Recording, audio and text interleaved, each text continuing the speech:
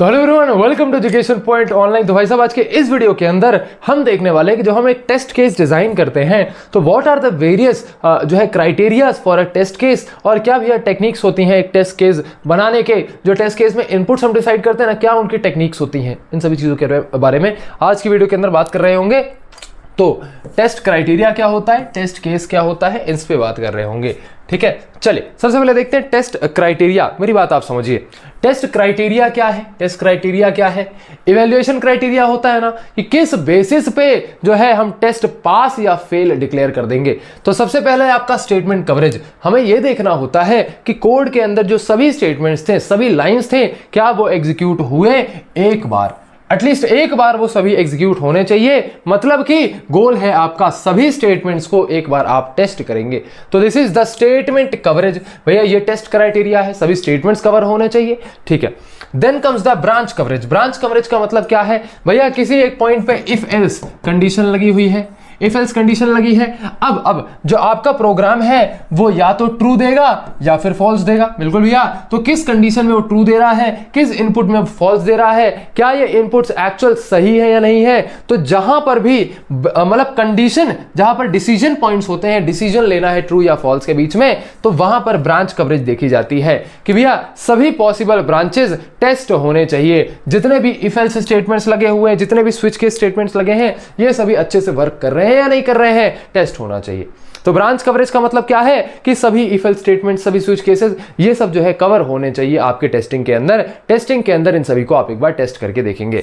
अब condition testing जो है, सभी कंडीशंस अच्छे से काम कर रही है नहीं कर रही हैं। भैया कंडीशंस में और भी बहुत सारी चीज हो जाती है, जैसे अपन ने अगर एक्सेप्शंस वगैरह लगाए हैं, एक्सेप्शन हैंडलिंग अच्छे से हो रही है नहीं हो रही है, ये सारी चीजें जो है कंडीशन कवरेज के अंदर आ जाती है। कह सकते हैं कि ब्रांच कवरेज का ही बड़ा भाई है। ब्रांच कवरेज अगर हम थोड़ा और डेप्थ में डिटेल्ड में करें तो उसे कंडीशन कवरेज कह देंगे।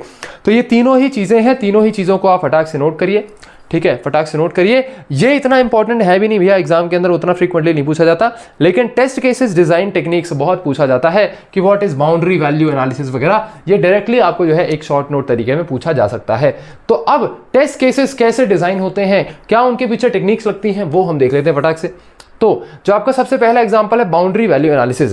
मान लीजिए भैया मैंने एक एग्जांपल लिया, मैंने कहा मेरा एक फंक्शन है जो सॉर्ट करता है पीपल कैन ड्रिंक और नॉट, कैन ड्रिंक। भैया ड्रिंक नहीं, ड्राइव भी तो बोल सकते थे। हाँ, ड्राइव और नॉट, मतलब मेरा एक फंक्शन है, ये सॉर्ट करता है कि क्या कोई आदमी ड्राइव कर सकता है या फिर ड्राइव नहीं कर सकता।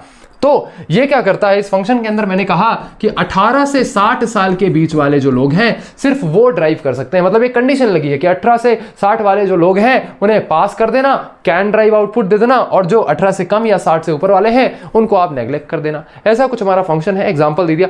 अब बाउंड्री वैल्यू एनालिसिस का मतलब क्या होता है कि हम भैया 18 से 60 हर नंबर के लिए तो चेक नहीं कर सकते कि भैया 1 से लेकर 100 तक हमारा नंबर के लिए चेक करें कि अच्छा 18 से नीचे वालों के लिए बढ़िया आंसर दे रहा है और 18 से ऊपर वालों के लिए जो है जो हमें कैन ड्राइव दे रहा है कि हाँ ये गाड़ी चला सकते हैं।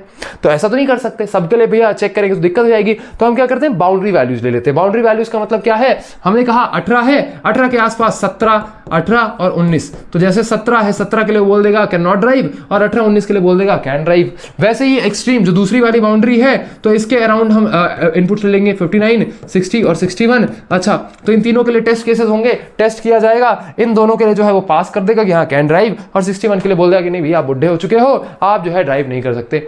तो हमने बाउंड्री वैल्यूज को लिया और सिर्फ 6 बार फंक्शन को चलाया गया और हमें आउटपुट मिल गया। इसे कहते हैं बाउंड्री वैल्यू एनालिसिस। तो यहाँ पर ज़्यादा जो डिफेक्ट्स हैं वो बाउंड्रीज पे होते हैं। इनपुट रेंजेस जो इनपुट रेंज है 18 से 60, इनकी बाउंड्रीज पे होते हैं, बीच में नहीं होते। तो इसलिए सबसे पहले बाउंड्री वैल्यू एनालिसिस किया जाता है। कैसे काम करता है, test the minimum and maximum values and values just outside the range. इस तरीके से जो है हम देख लेते हैं। For range of 1 to 100 test 0, 1 to 900 और 101, वही सेम चीज़ जो मैंने बताई। एक एग्जांपल भी मैंने दे दिया एज वाला, और यहाँ पर कुछ एडवांटेजेस वगैरह है, ये सब आप देख लेना।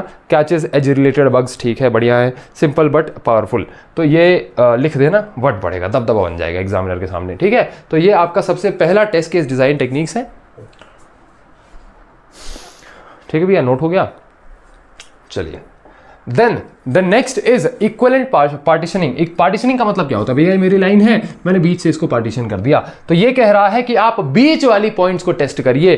तो यहां पर जैसे बीच वाले पॉइंट्स भैया 18 से 60 की एज लिमिट है, मैंने क्या कहा, मैंने बीच में पार्टीशन कर दिया और मैंने कहा 30 वाली एज को टेस्ट करिए। तो ये हो गया आपका equivalence partitioning test case technique, जहां पर दो टाइप्स होते हैं, वैलिड पार्टीशनिंग और इनवैलिड पार्टीशनिंग। तो वैलिड पार्टीशनिंग के अंदर हम जो है बीच करेक्ट रेंज के अंदर जो है, जो वैलिड रेंज है उसके अंदर वाली चीज को टेस्ट कर लेते हैं। तो 30 एज के लिए वो ट्रू दे देगा, बोलेगा हाँ कैन ड्राइव।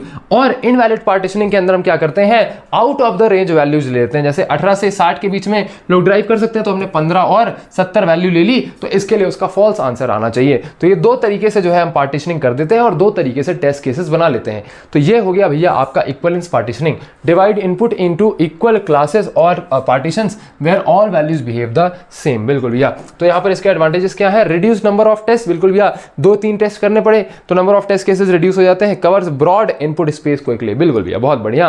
तो इसे आप नोट करिए फटाक से, this is the second type of test case design technique. ठीक है भैया, चलिए now comes the third technique is the error guessing techniques. ये भैया एकदम तुक्का मारने वाली टेक्निक है। तुक्का मारने वाली टेक्निक क्या है, मैंने कहा भैया एक फंक्शन बनाए हैं, वहां पर कहां एरर आ सकता है, एक सॉफ्टवेयर बनाए हैं वहां पर कहां एरर आ सकता है।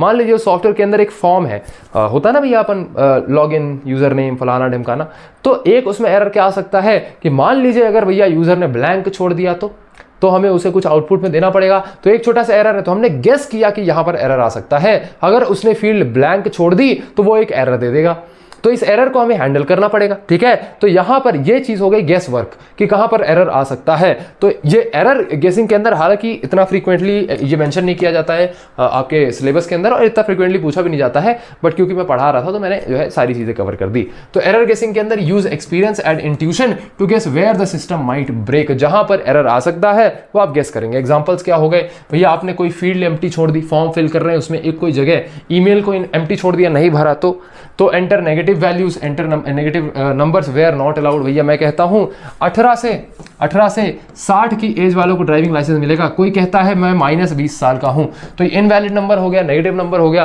तो यहां पर एरर आ सकता है। बिल्कुल भैया, using special characters dividing by 0। मेरी बात आप समझिए, मैंने एक फंक्शन बनाया है जो कि एवरेज निकालता है, a बाय b मान लीजिए निकालता है, तो a बाय b और a और b की वैल्यू हम यूजर से इनपुट ले लेते हैं। यूजर है हरामी, उसने कहा भैया b = 0 कर देना जरा, तो भैया फंक्शन में b = 0 जब आप डालेंगे, किसी भी चीज को 0 से डिवाइड करेंगे तो आंसर आएगा इनफाइनाइट। तो भैया ये इनफाइनाइट क्या हो गया, ये एरर हो गया। क्या हो गया, ये एरर हो गया। तो इंट्यूशन है कि भैया डिवाइडेड बाय 0 एरर आ सकता है। तो ये कॉमन टाइप ऑफ एरर्स है। ये क्यों यूजफुल है, ये यहाँ पर लिखा है फलाना नेम का, नोट कर लीजिए इसको फटाक से। ठीक है, this is the third technique. चलिए, तो आपकी सभी टेक्निक्स ओवर हो चुकी हैं। मिलते हैं आपके नेक्स्ट लेक्चर के अंदर, तब तक के लिए चीज़ों को रिवाइज करिए, नोट्स बहुत अच्छे से बनाइए और अपना ध्यान रखिए। अचानक से भैया शाहरुख खान कहाँ से आ गया, अरे आता रहेगा, अभी तो अजय देवगन भी देखोगे और भैया आपके सल्लू भाई भी देखोगे। ठीक है, चलिए धन्यवाद।